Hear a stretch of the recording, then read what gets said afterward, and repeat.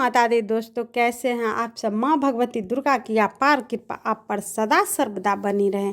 आज मैं आपको शिव महापुराण के अनुसार चित्रभानु की कथा सुनाने जा रही हूँ, जिसके सुनने मात्र से ही आप शिव की महिमा प्राप्त कर जाएंगे। शिव की महिमा और उनकी भक्ति का महत्व समझ पाएंगे। भगवान शिव भोले हैं, आसानी से प्रसन्न होते हैं। वह सच्चे मन से अगर शिव जी को एक लोटा जल भी अर्पित कर देने से आप पर प्रसन्न हो जाएंगे। लेकिन मन की भावना सच्ची होनी चाहिए। वह अपने भक्तों के दुख को दूर करके उनकी सारी मनोकामनाएं अवश्य पूर्ण करते हैं। शिव महापुराण के अनुसार एक समय चित्रभानु नामक एक शिकारी शिकार करके अपना परिवार का पालन पोषण करता था, लेकिन एक साहूकार के कर्ज के नीचे दब चुकने के कारण वह साहूकार उसे बंदी बना लिया। उस दिन शिवरात्रि थी। दिन भर वह भूखे प्यासे रहते हुए भगवान शिव का स्मरण किया और दिन गुजर गया। शाम को साहूकार ने उसे कर्ज चुकाने के लिए अगले दिन का समय दे दिया और चित्रभानु को छोड़ दिया। जब चित्रभानु भूख प्यास से व्याकुल हो गया तो वह जंगल में शिकार खोजने लगा। देखते देखते शाम हो गई, फिर रात हो गई। तब वह तालाब के पास एक बेल का पेड़ था, उस पर चढ़ गया। रात बीतने का प्रतीक्षा करने लगा। उस बेल के नीचे एक शिवलिंग था।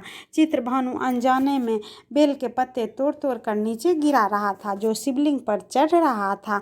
और इस प्रकार संयोगवश वह दिन भर भूखा प्यासा था और इससे उसका व्रत हो गया और शिवलिंग पर बेलपत्र गिरने से शिव जी की आराधना भी हो गई।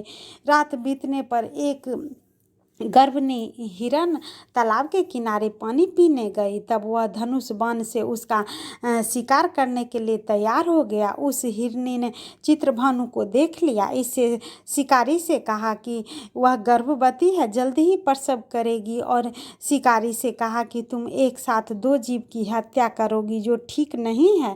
हिरनी ने शिकारी को वचन दिया कि वह बच्चों को जन्म देकर जरूर आएगी, तब वह शिकार कर लेना। इस पर शिकारी ने उसे जाने दिया। इस दौरान प्रत्यंचा चढ़ाने तथा ढीली करते समय कुछ बेलपत्र टूटकर शिवलिंग पर गिरे। इससे उसका प्रथम पहर का पूजा हो गया। शिव जी का पूजा प्रथम पहर का हो गया। कुछ समय बाद एक और हिरनी वहां से जा रही थी। तब शिकारी खुश होकर उसके शिकार के लिए तैयार हो गया। तब हिरनी ने उससे निवेदन किया कि हे शिकारी, मैं थोड़ी देर पहले ऋतु स्नान से निवृत्त हुई हूँ, कामातुर बिरहिनी हूँ, अपने प्रिय की खोज में भटक रही हूँ। मैं अपने पति से मिलकर शीघ्र ही तुम्हारे पास आऊंगी। तब शिकारी उसे जाने दिया। चित्रभानु शिकार न कर पाने से चिंतित था। रात्रि का आखिरी पहर बीत रहा था। इस बार भी कुछ बेलपत्र टूटकर शिवलिंग पर गिरे, जिससे उसके दूसरे पहर की पूजा हो गई। तभी एक दूसरी हिरनी अपने बच्चे के साथ से वहां से जा रही थी।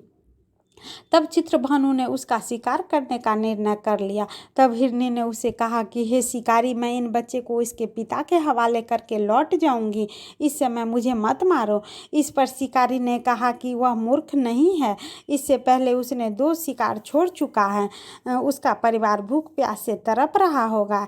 तब हिरनी ने कहा कि मेरा विश्वास करो, मैं इसको इसके पिता के पास छोड़कर तुरंत लौटने की प्रतिज्ञा करती हूँ।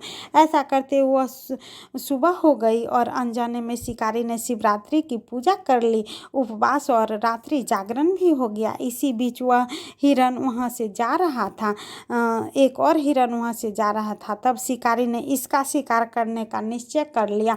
चित्रभानु को प्रत्यंचा चढ़ाए देखकर उस हिरण ने निवेदन किया कि यदि तुमने मेरे से पहले 3 हिरनी और उसके बच्चे का शिकार कर लिया हो तो उसे भी मार दो, ताकि उसके वियोग में दुखी न होना पड़े। और अगर उसको जीवन दान दिया हो तो कुछ समय के लिए उसे भी जीवन दान दे दो, उससे मिलकर वह दोबारा यहाँ आएगा। हिरण की बातें सुनकर शिकारी के मन में रात का पूरा घटनाक्रम सामने आ गया।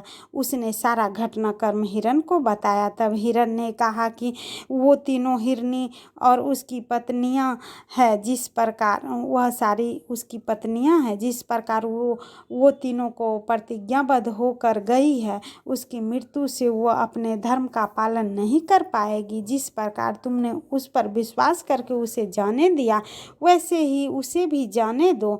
अब उसके परिवार का साथ जल्द ही वहाँ उपस्थित हो जाएगा।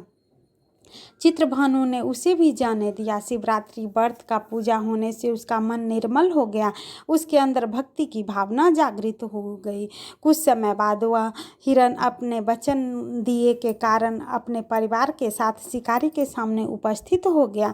उन जीवों की सत्यता, सात्विकता और प्रेम की भावना देखकर चित्रभानु को आत्मग्लानि हुई। उसने हिरण के सपरिवार को जीवन दान दे दिया। अनजाने में ही सही, शिवरात्रि का व्रत करने से चित्रभानु को मोक्ष मिला और मृत्यु के बाद शिवगण उसे शिकारी को परलोक ले गए और शिवलोक ले गए। वहाँ उसे शिवगण बना दिया गया। हर हर महादेव।